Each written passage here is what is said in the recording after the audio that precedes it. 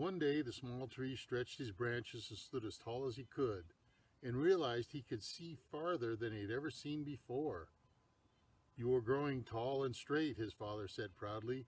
"Soon you will be quite big." The birds flew over the forest chirping, "Spring is here!" Then the most wonderful thing happened. A small wren perched on one of the little tree's branches. The little tree was so proud, he stood very still so he wouldn't scare the little bird. "You are the first bird to sit in my branches," he shyly told the wren. "I am so happy. Will you come again?" "Oh, yes," the bird answered. "You're such a pretty tree. I will come often and bring you news of the forest." Then she flew away. The little tree was no longer lonely. He had friends from all over the forest. Even Mr. Woodpecker flew by from time to time. "Hiya, kid," he greeted the little tree, his red head bobbing. He paused for a minute and hurried on his way. One day Hector came by, and with him was a beautiful girl rabbit. "Little tree, I want you to meet Abby. We're going to be married." The blushing Abby giggled and lowered her long lashes over her big gray eyes. "It's very nice to meet you, Abby," the small tree eagerly answered. Abby curtsied, still holding on to Hector's hand. "You're very handsome, little tree. Hector has told me all about you and your long friendship." "That's true," Hector spoke up. "I was the little tree's first friend, and," he added, "we're going to name our first son Little Pine. What do you think of that, old buddy?" The small tree was overwhelmed. "I would be honored," he stated proudly, pulling himself up to his full height. Hector and Abby waved goodbye. "Come again soon," the little tree called after them. "Father, father," he cried excitedly. "Did you hear that? Hector and Abby are going to name their first son after me." "Yes, I heard," the tallest tree smiled. "It's good to have friends." The summer was underway, and the littlest tree became friends with all the animals and birds in the forest. He stood straight and tall so everyone would know how proud he was to be the son of the tallest tree in the forest. Soon the soft breezes changed to a howling wind, and the snow came, and the winter was once again on the forest. The little tree slept, and when spring arrived, he couldn't believe how much he had grown during the dormant months. All the birds came and sat in his branches. The little wren built a nest in one of his branches and sang to him every day. This year Hector brought around his grandchildren to proudly show off to his friend. Life was good, and Little Tree was so happy. The seasons came and went, and soon the forest life blended together. The Little Tree never forgot to bless the rain and sun for entering his life. He thanked them for all the good things that they did for this forest. One day some men arrived and walked around the forest. As they walked and talked, they tied bright colored ribbons around several trees. Everyone was frightened. What were these men doing? No one said a word. The forest was quiet. Then the men stopped directly under the tallest tree. "Wow," one of the men exclaimed. "Would you look at the size of this monster? This must be the tallest tree in the forest. I wonder how old it is." The massive tree never quivered or shook. The men wrapped a ribbon around him and left the forest. All the trees started moving their branches and talking. The animals, after a careful look around, left their hiding places and scampered about in confusion. Never had a thing happened before in their forest. "What's happening?" everyone questioned. The great tree stood very tall and called to everyone. "Do not be afraid. The wise owl and the mighty eagle are here, and we will talk over what has happened." The forest gradually stilled. Anxiously, they awaited for information and reassurance. "I have seen this happen once before in my lifetime," the tallest tree began gently. "Men come and cut down many trees and take them away.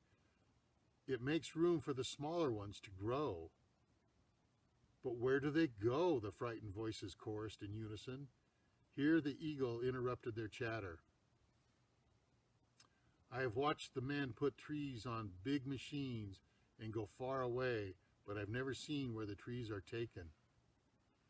Mr. Owl, you who are so wise, where will we go when they take us away? The tallest tree asked. I'm sorry to see you go, old friend, the owl hoarsely uttered.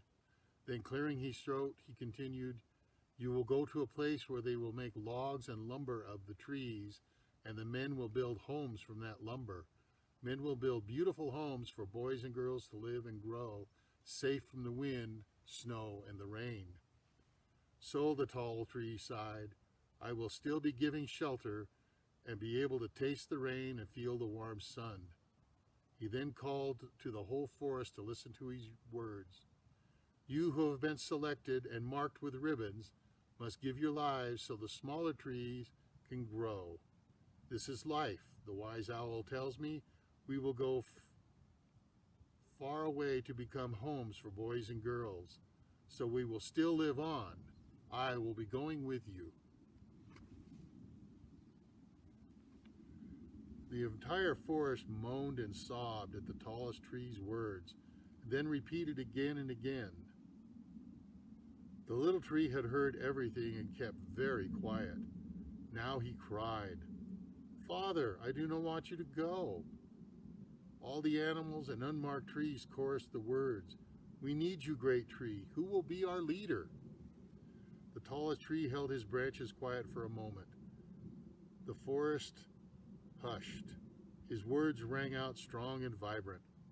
My son will take my place. He isn't as tall as I am yet, but I have raised him with knowledge and understanding. The great eagle and wise owl will be his friends. Go to him with your troubles. He will be just and a fair leader. The little tree heard his father's words, and he also heard the love and pride in which his father spoke. With an effort, he willed the tears to stop. He dried his eyes. I do not want the forest to see their new leader cry. But in his heart he was so sad. I must do what you want me to do, Father, he whispered. Please give me the courage I will need. You will be just fine, the tallest tree whispered back as he wrapped his long branches around his son. You have made me very proud. Then one day there came a hush over the forest. Animals ran to hide. Birds flew up in fright and left the forest. Mr. Bluebird perched on the tallest tree's branches. They are here, he said breathlessly. Many big machines are coming into the forest. Men have come with axes. They will destroy our homes and take away our friends with them. Goodbye, my dear friend, he called as he flew away. Flocks of birds, fleeing the noise and destruction, dipped their wings in tribute to the trees and called their goodbyes as they left the forest. The men were busy for many days. The forest was alive with the noise of saws and axes. The big machines that rolled on the ground, trucks the men called them, left a haze of smoke in the air that made it hard to breathe. The little tree thought his heart would surely break. Then the men came for his father. Be brave, my son, for now this will be your kingdom. Be kind and wise as I have taught you. Your heart will rule with love and give love as I have truly loved you. The littlest tree bowed his head. The forest was in mourning for weeks. Everyone was sad, looking for homes that were no longer there, hoping to find a relative that had scampered off with the noise of the saws. Then winter came and the hush settled over things. The land was white, and the scars made by man were covered with a blanket of snow. The little tree rested, but could not sleep. Now he must give directions to small animals lost in the woods and provide shelter for birds so they would not freeze. And so the forest healed while it slept. When the winds whooshed through the canyons and started melting the snow, the sun arrived, kissing treetops with its warmth. Birds flew over chirping, Spring is here. The great eagle glided over the forest and screeched a welcoming cry to the end of winter. The wise owl perched in the little tree's branches. The little tree was honored and stood as straight and tall as he could. "Welcome, Mr. Owl," he ventured. The owl settled, fluffed his feathers, and blinked his eyes at the tree. "I will bring you news from the forest every day, and I will be your friend as I was your father's before you, the tallest tree of the forest." The tree held his breath, looking in all directions. Yes, it was true. He was the tallest tree in the forest. Many years later, the majestic tree was looking over his kingdom, murmuring to the other trees. He stilled and listened. Surely it wasn't so. Who in his forest would be unhappy and crying? He spread his huge branches and looked down at the forest floor. There on the ground was a very tiny tree. He smiled and was proud. "Do not cry, littlest tree," he whispered. "I am your father." And he lifted his branches and called to the forest, "Come, I have a son. Come see the littlest tree in the forest." The end.